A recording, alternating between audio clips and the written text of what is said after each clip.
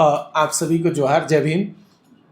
साथियों, ये जो पुस्तक है संविधान सभा में आदिवासी, हम सब लोग जानते हैं कि आज पूरे देश में संविधान पर किस तरीके का खतरा है। जब हमने देखा कि पिछले चुनाव से पहले हमने देखा कि इस देश के तमाम प्रगतिशील पार्टियों और तमाम प्रगतिशील लोग जो हैं, बाबा साहब के उस सपने को लेकर के आगे बढ़े थे जो उन्होंने लगभग 75 साल पहले देखा था। और वो सपना था संविधान का, जिसमें कि एक मुकम्मल भविष्य जो है हम सब के लिए सुनिश्चित किया गया था।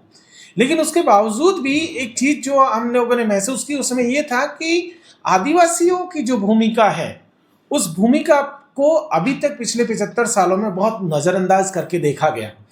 और ये पुस्तक जो है उसी भूमिका को, उसी योगदान को हम सबके सामने ला करके रखती है। देखिए, इतिहास को अगर हम लोग देखें या साहित्य को देखेंगे तो पता चलेगा कि इस देश में जितना साहित्य लिखा गया, रचा गया, इतिहास लेखन का जितना कार्य किया गया, वो पूरा का पूरा अपर कास्ट या अपर क्लास के द्वारा किया गया। और उसमें बहुत क्लियर कट था कि उन्होंने अपने क्लास के, कास्ट के इंटरेस्ट को प्रोटेक्ट किया। अपर कास्ट ने अपने हिसाब से इतिहास को लिखा और मार्जिनलाइज सेक्शन, चाहे वो दलित हो, पिछड़ा हो, आदिवासी हो या ओबीसी सेक्शन हो, उसको एक तरीके से इग्नोर किया गया। लिहाजा ऐसे में ये हमारे लोगों की और हम लोगों की जिम्मेदारियां हैं कि हम अपने समाज को उसका वापस, जो हमने समाज से लिया है, उसे वापस पे बैक टू द सोसाइटी करें। और जो इतिहास एज ए प्रोफेसर के तौर पे हमारी जो जिम्मेदारी है कि हम उन्हें उनका एक्चुअल जो इतिहास है वो लेकर के आए। देखिए, संविधान पर बहुत सारा काम हुआ, लेकिन आप देखेंगे तो पता चलेगा कि संविधान सभा के ऊपर और उसमें भी तमाम तबके, क्योंकि हमने देखा कि संविधान के बनने की जो प्रक्रिया है वो भी बहुत आसान नहीं थी। बहुत लंबे लड़ाई के बाद हमारे पुरखे वहां तक पहुंचे थे, चाहे वो एससी समाज के हों, एसटी समाज के लोग हों या बाकी समाज के लोग हों। तो उन्होंने जो जद्दोजहद वहां की थी, उस जद्दोजहद को हम सामने लेकर के आते हैं। देखिए, हमने देखा कि बाबा साहब और बाकी के तबके के लोग, उनके नंबर्स बहुत कम हैं, या आदिवासी समाज से जो लोग आ रहे हैं उनके भी नंबर्स बहुत कम है, संख्या में बहुत कम थे। लेकिन उसके बावजूद भी उन्होंने जो लड़ाई वहां लड़ी वो ऐसी लड़ाई थी जिसको कि कभी सामने नहीं लाया गया। ऐसे में मेरा ये प्रयास है कि हम आदिवासियों के द्वारा जो लड़ाई लड़ी गई उसको सामने लेकर के आए। जैसे एग्जाम्पल के तौर पर आज की तारीख में पूरे देश में आप देख रहे होंगे कि आदिवासियों की जमीनें लगातार छीनी जा रही है और उसको लेकर के एक बड़ी जो है बहस हम आज के दौर में भी देखते हैं। संविधान सभा का ड्राफ्ट पे जब चर्चा चल रही थी तब ये बात कही जा रही थी कि आदिवासियों की जमीनों को मौलिक अधिकारों में डाला जाए ताकि उनकी जमीनों को कोई छीन ना सके। लेकिन क्योंकि वहां पर बहुमत नहीं था और उसका नतीजा ये निकला कि चीजें जो है उस हिसाब से नहीं हो पाई और आज आदिवासियों की जमीनों को अलग अलग तरीके से छीना जा रहा है। और इसी तरीके से लोकतंत्र को लेकर के बड़ी लंबी बहस है। लोकतंत्र इस देश में आप अगर देखेंगे तो इस देश का जो दलित, पिछड़ा, आदिवासी तबका है वो लोग थे जो इस देश में लोकतंत्र को स्थापित करने का काम कर रहे थे। लोकतंत्र की जड़ें इन समाजों के पास रही, इनकी सामाजिक व्यवस्था में वो चीजें थी, इनके सामाजिक मूल्यों में वो जड़ें हैं जिन्होंने लोकतंत्र को आज तक बनाए रखा, आज तक उसको और आगे बेहतर तरीके से लागू करने की कोशिश कर रहे हैं। एक से एक आप देखेंगे संविधान सभा के भीतर के बैठक जयपाल सिंह मुंडा एक बात कह रहे हैं।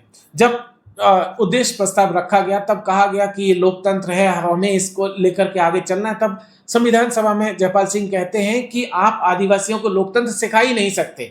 और वो इसलिए क्योंकि लोकतंत्र उनके यहाँ पहले से मौजूद है। उनके यहाँ राजा तक जो है लोकतांत्रिक तरीके से चुने गए। इस देश में जो गणतांत्रिक व्यवस्था जिसके हम कहते हैं 16 महाजनपदाज के टाइम से, गौतम बुद्ध के दौर से भी आप देखेंगे तो वो जो जनपद थे, जो गणराज्य थे, वो भी उसी लोकतांत्रिक प्रक्रिया का हिस्सा थे। ऐसे में आप हमें लोकतंत्र नहीं सिखा सकते, आपको हमसे लोकतंत्र सीखने की जरूरत है। और इस देश में अगर लोकतंत्र को कोई खत्म करने का कोशिश कर रही है तो वो आर्यों की फौज है। तो इसलिए संविधान सभा की चर्चाओं को, संविधान सभा की बहसों को सामने लाना हमारे लोकतंत्र के लिए भी बहुत जरूरी है और उस तबके के लिए जिन्होंने इस देश को यहां तक पहुंचाया, जिसने इस लोकतांत्रिक व्यवस्था को मजबूती दी, और जिनके ऊपर यह जिम्मेदारी है कि वो संविधान को बचाएंगे और आगे लेकर के जाएंगे और उस सपने को पूरा करेंगे जो सपना हमारे पुरखों ने देखा था, बाबा साहब ने देखा, जयपाल सिंह मुंडा ने देखा, देवेंद्र नाथ सामंत या जेजेएम निकोलस रॉय ने देखा। उस सपने को वो लोग जो है आगे लेकर के जाने की कोशिश करें, और उसी कड़ी में ये किताब जो है आपके सामने हाजिर है। एक और चीज, अक्सर ये बात कही जाती है कि जो है संविधान के बनने की प्रोसेस जो है वो 1946 में पूरी शुरू हुई, लेकिन ऐसा नहीं है। हमारे उससे पहले भी आप देखेंगे तो हमारे देश के तमाम नायक जो खास करके आप देखेंगे तो उन्होंने पहले 1895 में संविधान का एक अलग ड्राफ्ट जो है, एक कॉन्स्टिट्यूशन का ये कह सकते हैं कि शुरुआती ड्राफ्ट उस दौर में दिया गया था। उसके बाद 1925 में एक ड्राफ्ट आता है, फिर 1928 में एक ड्राफ्ट आया नेहरू रिपोर्ट के नाम से। तो अलग अलग रिपोर्ट्स आप देखेंगे तो ये संविधान की पूर्व पीठिका थी, जिसने कि हमारे संविधान को मुकम्मल रूप देने में जो है एक महत्वपूर्ण भूमिका अदा की थी। एक और चीज जिसको जानना हमारे लिए बहुत जरूरी है, और वो है कि आज जिस तरीके से जमीनों को छीना जा रहा है, खास करके आपने देखा होगा कि एसटी एससी को लेकर के कहा जाता है कि उनकी जमीनें नॉन ट्रांसफरेबल है, वो किसी और को नहीं ट्रांसफर की जा सकती है।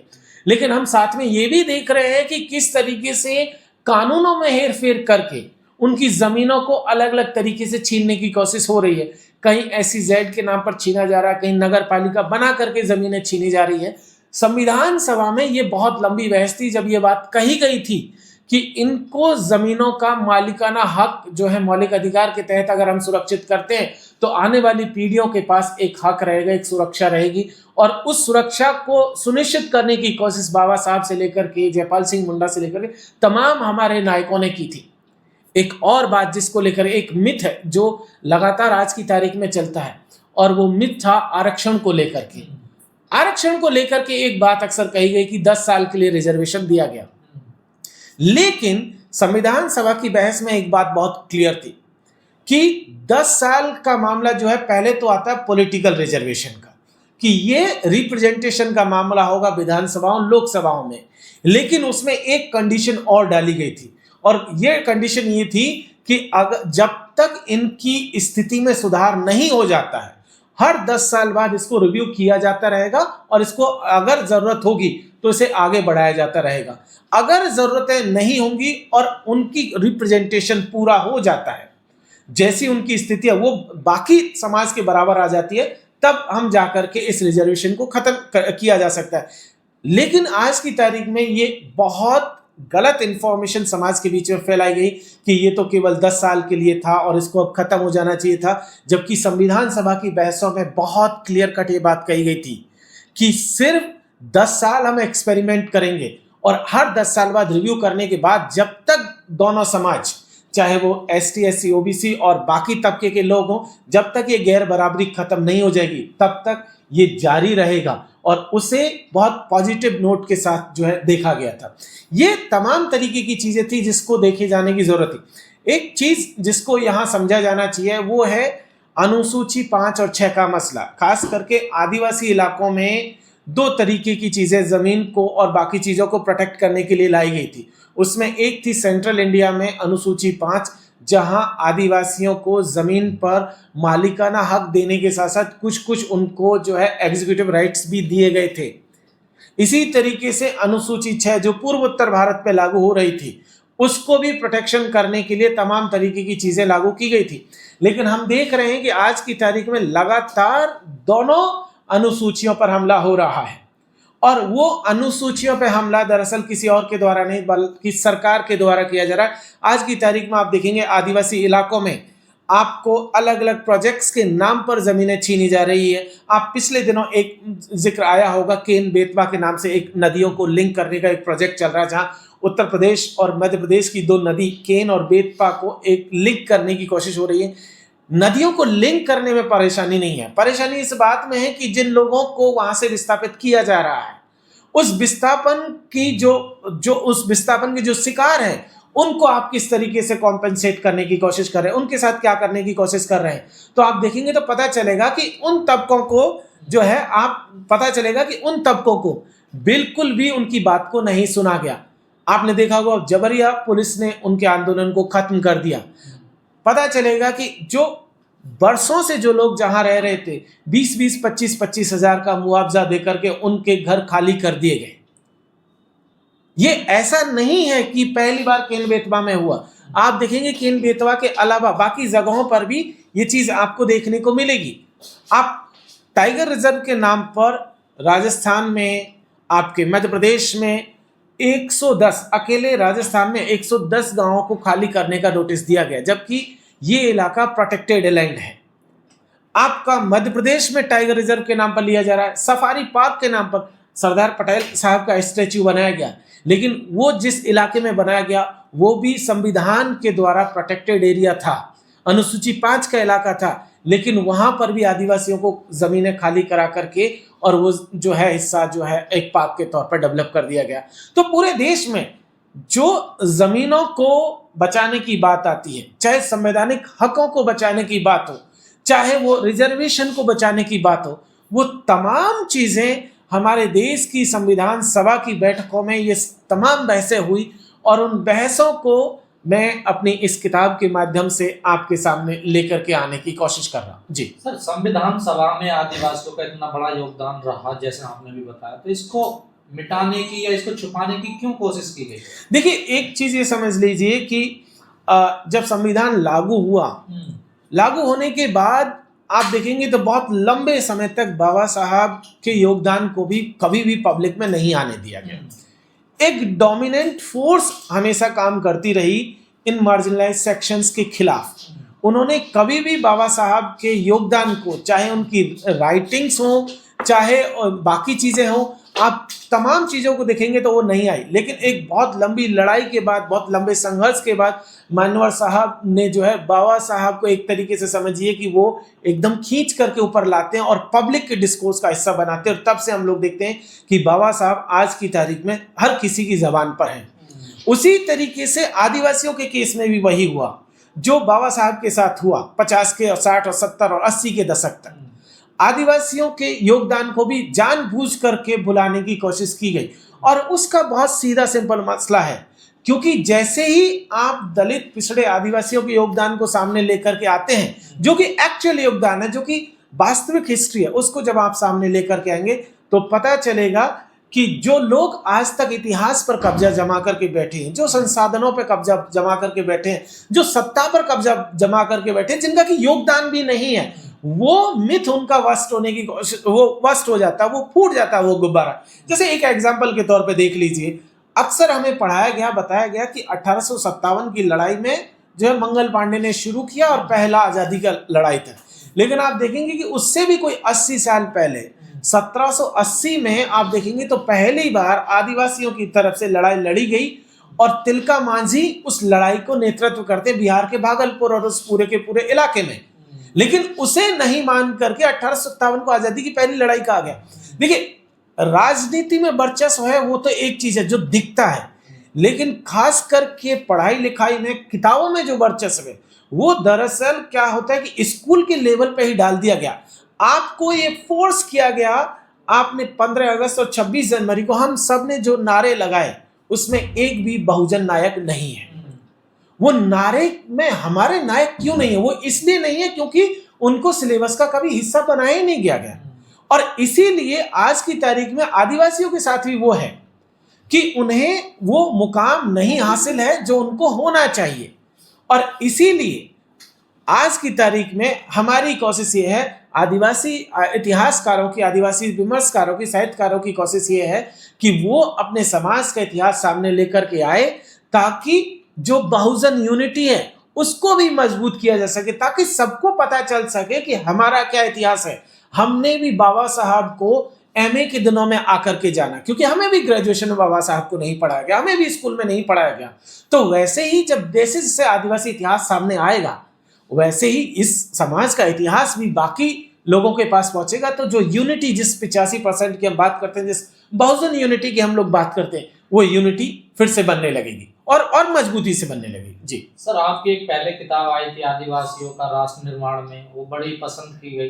तो क्या इस किताब को भी लोग पसंद कराएंगे? देखिए, पहली बार था जब आदिवासी इतिहास को, खास करके जो औपनिवेशिक दौर का इतिहास था, अक्सर हमने देखा, आपने देखा होगा कि राष्ट्र निर्माताओं की सीरीजें जब चली, अलग अलग लोगों ने जो इतिहास लिखा, हम अक्सर जो नेशनल टेलीविजन पे भी जो राष्ट्र निर्माताओं की तस्वीरें देखते हैं, उसमें आप देखते होंगे कभी भी एसटी, एससी, ओबीसी के लोग नहीं दिखते हैं। कभी आपको जो है ज्योतिबा फुले नहीं दिखेंगे। बाबा साहब अब पिछले कुछ सालों में दिखने लगे हैं, लेकिन मान्यवर साहब नहीं दिखेंगे आपको, और साहू जी महाराज आपको नहीं दिखेंगे आपको, और भी बहुत सारे लोग नहीं दिखेंगे, सावित्रीबाई फुले आपको नहीं नजर आएंगी। ऐसे में ये और आदिवासियों के साथ तो स्थिति और भी खराब थी। आदिवासियों को तो आप देखेंगे तो बिल्कुल भी एकदम एक सिरे से गायब कर दिया गया था। तो मेरी ये कोशिश थी कि हम जब देश बन रहा है, उस देश के बनने की प्रक्रिया में जो आदिवासियों का योगदान है, वो चाहे अंग्रेजी हुकूमत के खिलाफ में लड़ाइयाँ उन्होंने लड़ी हो, चाहे यहाँ के सामंती शासन के खिलाफ में लड़ाइयाँ लड़ी हो, और इस देश को बेहतर बनाने की कोशिश की गई हो, उस योगदान को मैं सामने लेकर के आया था। और उसका बहुत सिंपल मकसद था कि हम ये क्लेम कर सकें, हम ये कह सकें कि हाँ भाई, हम कोई एब्सेंट नहीं है इतिहास से। ये बात अलग है कि आपने दर्ज नहीं किया, लेकिन हम एब्सेंट नहीं हैं और हम उसमें मौजूद थे, और ये हमारे जो है सबूत है, आप इसको देख सकते हैं। उसी तरीके से संविधान को लेकर के भी जब अक्सर बात आती है, तो कुछ ही चुनिंदा नाम हमारे सामने बताए जाते हैं कि ये कुछ 4, 5, 6 लोग थे और इन्होंने सब कुछ किया है। ऐसा नहीं है। संविधान को बनाने में मेरा ये कहना है कि आदिवासियों का भी योगदान था, और उसे इस देश को जानना चाहिए, क्योंकि आदिवासी इस देश की बुनियाद में है, और डे 1 से वो इस देश को बनाने वाले लोगों में शामिल है। वो नर्मदा नदी के किनारे जो शुरुआती बस्तियां मिली थी, इंसानी बस्तियां, वहां से लेकर के आज 2026 तक इस देश की बुनियाद में आदिवासी है, और वो इसको बनाने में और इसको बेहतर बनाने में और संविधान के दायरे में रह करके, संविधान में जो सपना हमारे पुरखों ने देखा था, उस सपने को पूरा करने में लगा हुआ है। और मुझे उम्मीद है कि ये किताब पिछली किताब की तरह और जो है पसंद की जाएगी।